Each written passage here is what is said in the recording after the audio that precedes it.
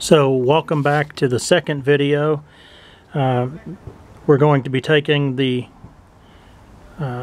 wood chips that we got for free and turning them into an organic potting soil, and then also we're going to be creating a germination place to germinate the organic seeds. You'll be using worms and the 5 gallons of mulch, and I'm using just plastic storage containers that I bought at Walmart. Wanting to say they're about $4 or $5 each, and just pick up one and show you what size I'm using. It is a 58 quart, as you can see, 58 quart storage containers. Also from Walmart. You can tell I live close to Walmart. Went to the sporting goods section and got 30 big red worms. This was about $3. So up to date we've spent probably about $8 or $9 on the containers, and I believe the worms were $3.50 this morning. Now the germination station will be using some dirt that is organic, meaning it has not had any commercial insecticides or fertilizers on it in the past 3 years. So that's generally the standard. You want a piece of ground that has been fallow and unfertilized for at least 3 years. So I just happen to have that here, so I'm not going to be buying any organic soil. I'm just going to be digging some dirt out of the backyard. I've also got a compost pile out in the backyard that's got some worms. So might end up putting some of that in here as a starter, and then we'll get back to it. I'll show you the finished product here in just a second. Okay, now we're back, and what I've done is I've gone out and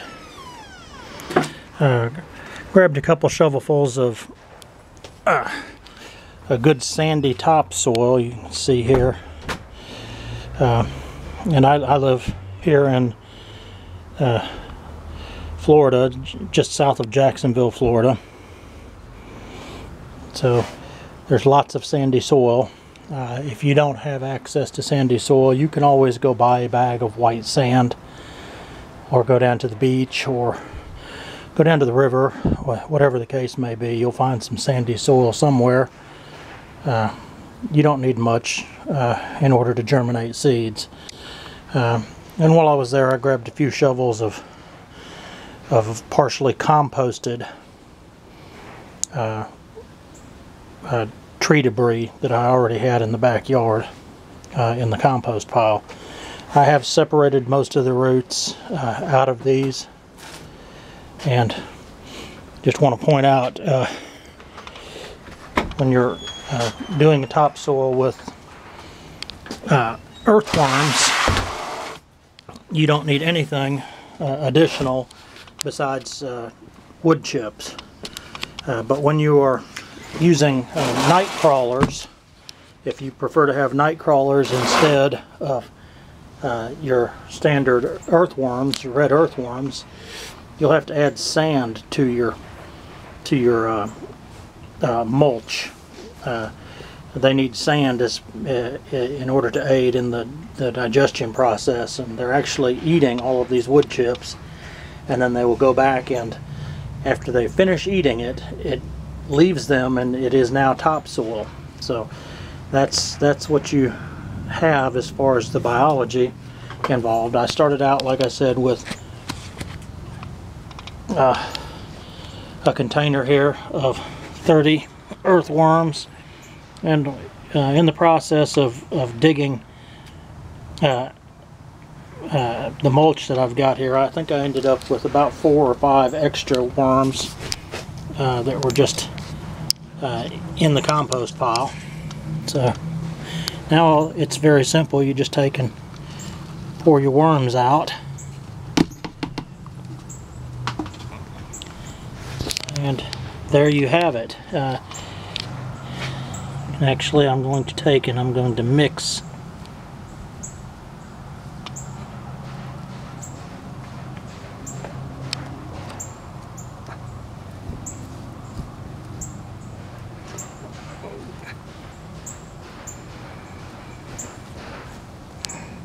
the earthworms that I got to start with just in there. I just spread the dark brown potting soil that was there out, and then I will take the 5 gallons of mulch that's there and just kind of pour that on top, and we'll add a small amount of water and then put the lid on. So just scoot that out with my foot, and then you'll see as I hand the camera off to my son to keep the video rolling. It's really just this simple. Dump the mulch in.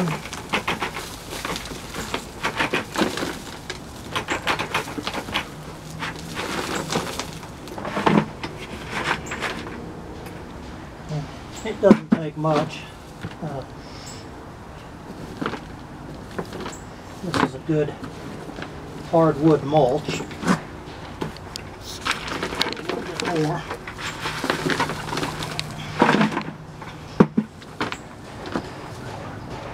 Worms will naturally propagate to the bottom, furthest away from anything. That's just a natural survival instinct. But that's it. As far as the topsoil, sandy topsoil that I got, literally just put a little water in this and germinate your seeds. Just lay them on top of the soil and let them germinate naturally. I'm just going to put that on there, and you want to make sure you get the cheap containers, because these are not airtight, but they are watertight. So they'll allow air to go in and out, but they won't suffocate the worms. So you'll be able to have air going in and out. Now, as part of your earthworm colony that you're making your topsoil with, you can also add vegetable peelings, banana peels. If you've got leftover rice that you didn't eat, moldy bread, you want to watch out though. If you put too much stuff in there, you're going to end up smelling decomposing trash, because you just need to be mindful of how big your worm colony is. The number of worms that are actually in there determine how much food they can process. So you don't want your worm colony to go and be a stinking, horrible, nasty mess. So just go sparingly on those until you know that you've got a lot of worms.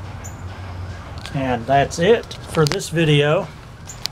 The following video, we will actually put the organic seeds in the starter, and then we'll be ready to transplant those. We'll be taking these same containers, $5 each, less than $5 each at Walmart, and we will be going in and creating a self-watering hydroponics system that'll run on a pump. And we'll set up a pump, and haven't decided what kind of pump to use. Possibly a couple of cheap bilge pumps, again from Walmart, or something else from the boating section would be plenty. And just a cheap timer of some sort to turn them on. So enjoy, and I hope you get back to us soon with the watching of this next video in the series.